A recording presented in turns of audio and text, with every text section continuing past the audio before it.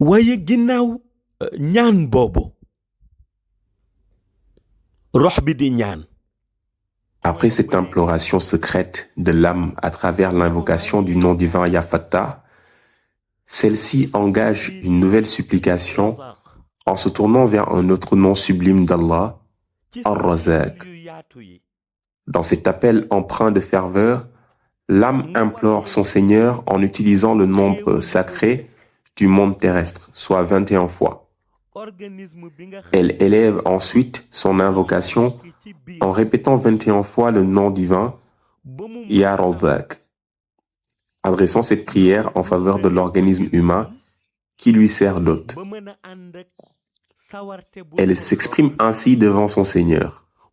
Ô toi, Ar-Razaq, celui qui pourvoit et accorde sans limite, par la lumière de ton nom et l'immensité de tes bienfaits, je t'implore d'accorder la richesse et l'abondance à l'organisme de l'être humain qui m'héberge, afin qu'il puisse disposer de ressources nécessaires à sa subsistance.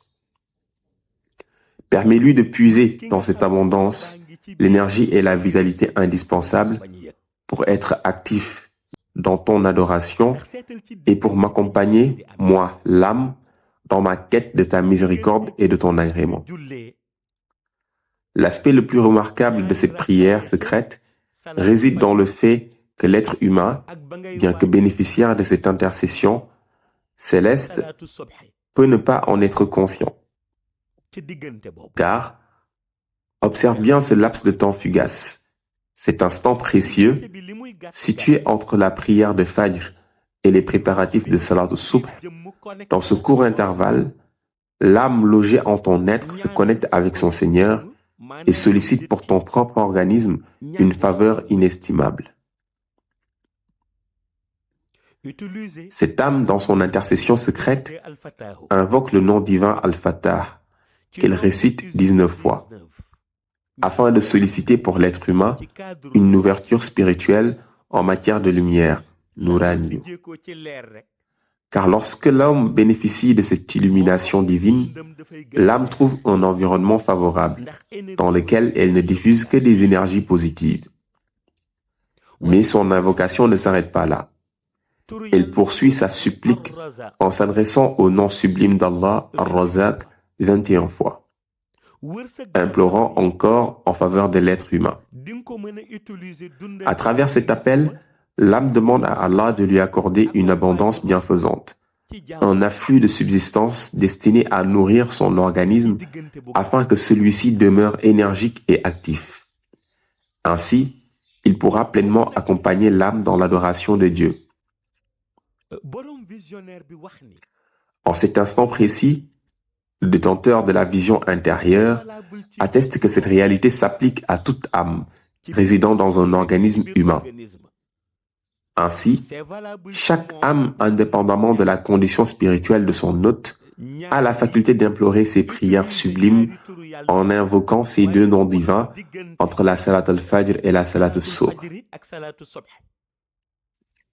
Puisque cette loi spirituelle régit toutes les âmes, il est fondamental de comprendre que, quelle que soit l'appartenance religieuse de l'individu, qu'il soit musulman ou non, son âme, à cet instant précis, se tourne naturellement vers son Seigneur et l'implore. Toutefois, pour que cette intercession s'accomplisse à travers ces deux noms divins, une condition essentielle doit être remplie. L'âme doit préalablement se connecter à la lumière du Seigneur. Or, cette connexion n'est possible que si l'être humain lui-même se trouve dans un état d'éveil conscient à ce moment sacré. Autrement dit, il est impératif qu'il soit éveillé, pleinement sorti des voiles du sommeil, car c'est par cette vigilance spirituelle que son âme pourra établir son lien avec la présence divine. Ainsi, entre la Salat al-Fajr et la Salat al-Subh, l'âme s'élève dans l'invocation, utilisant ces deux noms sublimes pour implorer Allah en faveur de son hôte terrestre. Si durant ces instants précieux, l'être humain est plongé dans un sommeil, Alors, sauf s'il appartient à la dimension spirituelle des grands salihines, son âme ne pourra établir aucune connexion avec la lumière divine. À ce sujet, procédons à une étude approfondie. C'est précisément pour cette raison que les sages ont toujours enseigné que celui qui s'abandonne au sommeil durant la période de Fajr ne peut échapper qu'à l'une de ces deux conséquences inéluctables. Soit sa subsistance sera restreinte et donc limitée dans ses ressources terrestres, soit s'il jouit de l'abondance, il en sera néanmoins dépourvu de toute bénédiction, baraka. Maintenant, si la privation d'abondance est aisément compréhensible, beaucoup peinent à saisir ce que signifie l'abondance dénuée de grâce. Or, pour mieux l'appréhender, il faut savoir que l'on peut être riche, disposer de vastes ressources, mais si cette richesse est dépourvue de baraka, alors elle demeure instable et périssable. En effet, toute entreprise initiée à partir d'une telle fortune est vouée à l'échec à plus ou moins brève échéance. Les projets s'effondrent, les investissements se dissipent et toute œuvre fondée sur cette opulence finit par sombrer dans la ruine. Telle est la réalité d'une abondance dénuée de grâce. Ce que l'individu acquiert ne prospère que pour un laps de temps éphémère.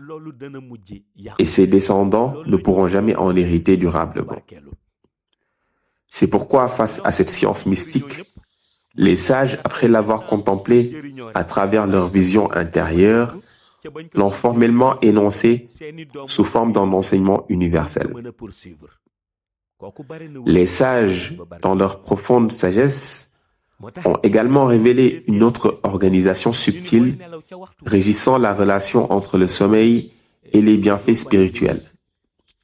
Ils enseignent qu'un individu doué d'une science pure, même plongé dans le sommeil, peut bénéficier d'un cadre de bienfaits supérieur à celui d'une personne en état d'éveil, sans que cette dernière ne puisse atteindre son niveau spirituel. Ainsi, il est établi que l'âme logée dans l'organisme humain implore naturellement son Seigneur à travers les deux noms divins évoqués précédemment. Cependant, une exception demeure. Celui qui s'endort durant cet intervalle sacré entre le Fajr et le Subh et dont l'âme n'est pas connectée à la lumière divine se trouve privé de cette invocation secrète, ne pouvant établir de lien avec les sphères célestes. Son âme n'accomplit ni le zikr, ni ses supplications sublimes. En revanche, celui qui fait partie des grands salihines, par la pureté de son être, voit son âme connectée même en état de sommeil. En ce moment précis, elle continue d'émettre les invocations, établissant un lien avec les réalités supérieures, indépendamment de l'état physique du corps. C'est précisément dans cette dynamique que l'on saisit l'importance de la dimension spirituelle d'un être doté de science pure, appelé salihin. Dès lors, il devient évident sur le fait que pourquoi les sages affirment que dormir durant ces instants de Fajr constitue un péril pour l'être humain. Cependant, il est important de souligner que ces moments entre Fajr et Subh ne sont pas les seuls instants où l'âme implore son Seigneur. Il existe en effet d'autres intervalles temporels sacrés.